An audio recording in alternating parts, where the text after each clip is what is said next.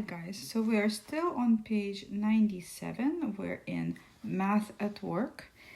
And let's see.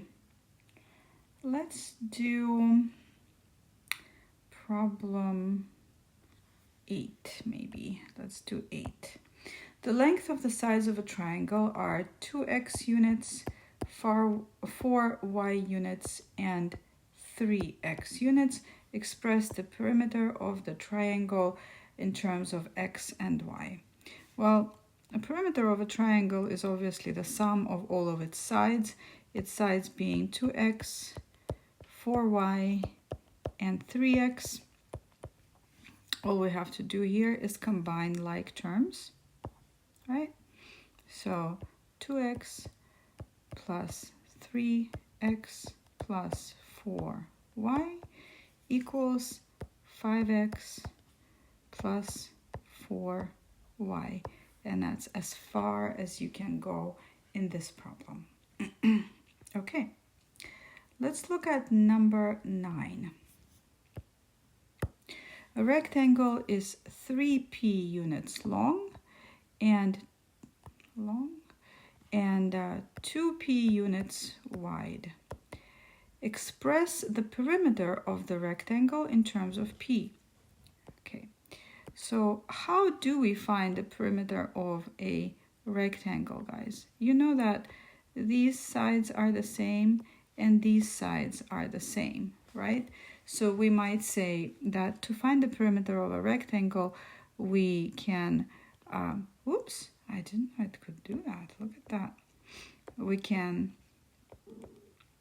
just double the sum of the width and the length, right?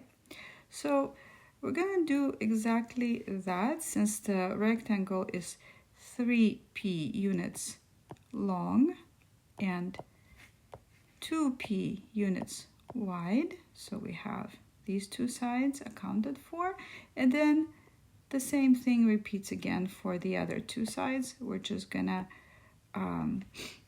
double it, right? Since these are like terms, we can add them together. So this becomes 5p, right? And our expression becomes 2 times 5p, which equals 10p. And here is the perimeter of your rectangle. Okay, all right. And now B is asking us to find the perimeter of the rectangle if P equals 12. Well, very easy. If E equals 12, then we just multiply 10 by 12, and we've got 120 whatever units they're measuring the rectangle in, right? Your answer is 120.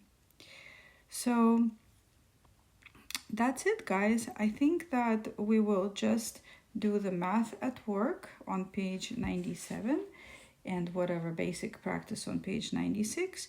And you don't have to do brain works unless you super want to. And then we will move on to chapter 4.2.